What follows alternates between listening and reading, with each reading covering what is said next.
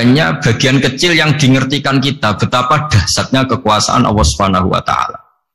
Betapa tidak terbatasnya kemampuan dan kebisaan dan kudrahnya Allah Subhanahu wa taala. Makanya masih dikatakan min ayatina, itu masih sebagian kecil dari ayat-ayat kata Allah. Lalu dalam surat Kahfi diterangkan, ketika orang kagum dengan Ashabul Kahfi yang bisa hidup tidur dalam keadaan hidup 309 tahun atau Masehinya 300 tahun, kalau Hijriahnya 309 tahun. Itu mungkin kalau kita ilmuwan, ahli baksil atau ahli apalah, itu mungkin lebih kagum tentang nyamuk. Saya berkali-kali bilang, andaikan kita sepakar-pakarnya, terus disuruh bikin nyamuk itu, nggak usah bikin nyata hidup, bikin patungnya saja. Nyamuk itu sekecil itu, kemudian punya jantung, jantungnya punya urat, uratnya punya kuman, kumannya juga punya urat. Bayangkan saja sudah tidak bisa. Sehingga ketika orang tak kagum sama Ashabul Kahfi, kata Allah, am hasibta anna ashabal kahfi warraqi kanu min ayatina ajaba. Apa kamu kagum tentang Ashabul Kahfi dan batu-batu yang dipahat di situ? Bukankah dalam kekuasaan kami ada yang selalu menakjubkan? Artinya, andaikan kita ilmuwan tentang embriologi, tentang hewan, tentang kuman, mungkin cerita tentang nyamuk itu lebih dahsyat ketimbang tidurnya Ashabul Kahfi yang 309 tahun. Karena kemampuan Allah menciptakan nyamuk yang kecil, sangat kecil, super kecil. Kemudian kecil itu ya punya jantung tentu lebih kecil lagi. Belum uratnya jantung itu. Belum nyamuk juga di dalamnya menyimpan calon-calon keturunannya. Kayak apa kecilnya lagi? Nah, di sini Allah mengingatkan kita, innallaha la yastahi ayyadriba matsalam ma ba'udatan fama fawqaha. Allah tidak pernah malu jika dalam menunjukkan kekuasaannya Allah memberi contoh seekor nyamuk. Karena nyamuk ini andaikan kita, tadi saya ulang lagi, andaikan kita ilmuwan yang nekuni itu, strukturnya bisa melihat, bisa nyari pasangan hidupnya, dan bisa hamil, bisa melahirkan, atau bisa menelur, dan sebagainya, maka kita akan kagum sekagum-kagumnya betapa kita di depan kekuasaan Allah Subhanahu wa taala tidak siapa-siapa, dan akhirnya kita ikrar-ikrarnya asyhadu alla ilaha illallah, bahwa tidak ada kekuasaan selain kekuasaan Allah Subhanahu wa taala. Lalu kenapa nyamuk itu tidak menjadi perhatian publik? Ternyata kita dibodohkan oleh kepentingan kita sendiri. Karena dari awal kita nganggap nyamuk itu problem, penyakit. Ya sudah, bawaan kita mungkin cari obat supaya bisa membunuh nyamuk itu. Atau melihat nyamuk itu sebagai problem, bukan sebagai ayatun min ayatillahi ta'ala, sebagai tanda-tanda kebesaran Allah Subhanahu wa ta'ala. Sehingga akhirnya manusia itu butuh yang namanya mukjizat dahsyat, yang mudah dilihat, mudah dirasakan. Akhirnya kita tahu dalam sejarah para nabi, Nabi Musa minta mukjizat Laut Merah dibelah sehingga bangsa Israel bisa melewati kejaran Fir'aun dan sampai selamat dari kejaran Fir'aun. Nabi Soleh umatnya minta keajaiban, yaitu onta keluar dari batu besar.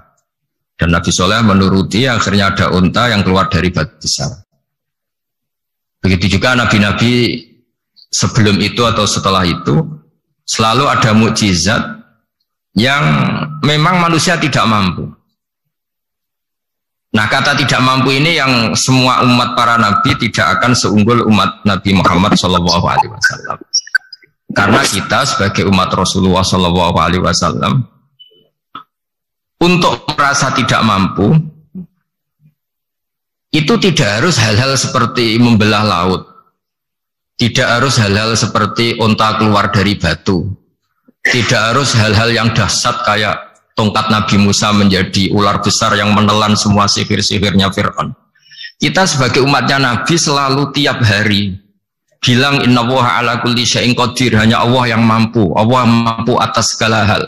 Melihat nyamuk kita iman, melihat hal-hal kecil. Karena kita ketika melihat nyamuk itu mesti kita itu kok hebat nyamuk tanpa rapat, tanpa ada gaji dari Kemenku bisa populasinya dijaga. Padahal musuhnya banyak. Musuhnya nyamuk itu umat manusia yang katanya makhluk paling cerdas di dunia. Tapi tidak juga bisa menghabisi nyamuk. Mungkin mereka juga patros untuk menjaga ketahanan populasinya itu. Jadi andai kan kita pakai ayat tadi, innallaha la yastahi ayyadriba masalam ma ba'udah. Allah itu tidak pernah malu untuk menunjukkan kekuasaannya. Cukup misalnya kita belajar tentang nyamuk. Sudah sekecil itu punya mata, matanya punya saraf, punya urat. Terus kecil apa? Begitu nyamuk sendiri punya kuman. Kalau nyamuk sendiri kecil, terus kumannya sekecil apa? Terus organ tubuhnya seberapa? Ini sudah kedahsyatan yang luar biasa yang menjadikan kita iman. Innallaha ala kulli syai'in qadir. Allah sendiri yang maha kuasa. Sehingga kembali ke tadi, peristiwa Mi'raj yang super dahsyat pun kata Allah masih dikatakan linuriyahu min ayatina. Hanya untuk menunjukkan sebagian dari ayat-ayat, bukan mewakili semua ayat-ayat kekuasaan Allah Ta'ala. Tapi sebagian, min itu tab'id sebagian. Lalu sebelum kita jauh belajar, kita sendiri juga, saya sendiri masih belajar. Kehebatan Rasulullah SAW, Nabi akhir zaman, kenapa hebat? Itu diantaranya adalah karena mukjizat tongkat itu pada akhirnya diletakkan di museum.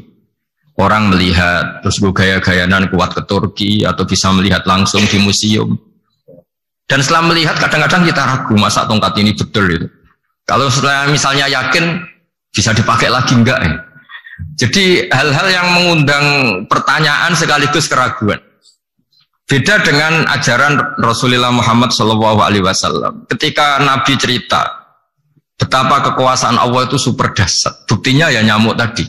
Kayak apa susahnya bikin nyamuk? Sudah kecil, punya organ tubuh tentu lebih kecil, punya urat lebih kecil lagi, punya kuman yang lebih kecil lagi, dan kuman itu juga punya organ tubuh lebih kecil lagi. Itu mbok kamu tidak usah ke Turki, kamu hidup di kampung, di pedalaman, sudah menyaksikan Anallaha ala kulli syai'in qadir, bahwa Allah itu maha kuasa.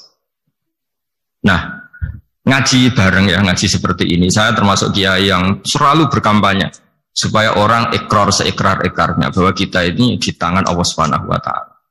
Saya kemarin-kemarin ngaji sama orang-orang Grab, juga barusan 3 hari yang lalu, 4 hari yang lalu ngaji sama teman-teman disabel atau difabel. Karena mereka kalau dibahasakan disabel gak mau, tapi komunitas internasional minta dis pakai bahasa S, tapi kita di Indonesia pakai difabel. Akhirnya kita tahu, ternyata orang yang kita kira menderita karena fisiknya, ternyata kadang lebih bahagia. Karena Allah bisa mengalihkan pikiran untuk positif. Saya berkali-kali guyon di depan para tamu. Saya pernah punya tamu itu perempuan gak cantik miskin lagi. Ini nyata ini, Gus doakan supaya suami saya kaya. Terus saya bilang, memangnya kalau sudah kaya ngapain itu? Ya paling tidak rumah saya diganti, mobil saya diganti. Tapi nanti akhirnya evaluasi Anda juga ingin diganti. Gitu. Karena setelah rumahnya mewah, pakai mobil mewah, pasti yang dievaluasi bukan rumah dan mobil, tapi Anda. Kok nggak pas ya wajah gini di rumah saya? Gitu. Kok nggak pas wajah gini di mobil mewah? Akhirnya ibu-ibu tadi sudah aku nggak jadi. Jadi mungkin barokahnya pandemi itu nanti Ibu Menteri itu jadi kelihatan hebat karena ada pandemi kok Indonesia bertahan itu. Tapi kalau nggak ada pandemi kan ya biasa aja, memang normal. Gitu. Kiai juga gitu, diuji santri yang kadang beling, umat yang nggak jelas. Itu memang ujiannya. Kalau nggak ada ujian ya nggak keren. Ya biasa aja lah kita hadepin, ya kita tadi kata Bu Menteri ya kita ikhtiar dan berdoa. Lalu saya ulang lagi. Jadi logika itu bisa pakai analogi. Analoginya tadi, salah Anda kalau mengatakan cincin ini lebih kuat ketimbang kertas. Yang benar adalah secara materi ini lebih kuat ketimbang kertas. Tapi soal nanti kekuatannya sampai kapan terserah yang punya. Bisa saja saya punya rencana besok ini saya luluhkan, saya hancurkan. Yang ini saya simpan. Kayak apa dulu dinosaurus itu kuatnya kayak apa? Habis. Ayam yang selemah itu sampai sekarang masih. Karena Allah menghendaki dinosaurus diakhiri, sementara ayam tidak. Kayak apa nyamuk itu yang musuhnya orang seluruh dunia, ditemukan apa mulai begon apa, tapi sampai sekarang bertahan.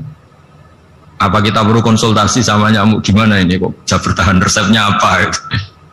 Karena Allah menghendaki itu disisakan masih.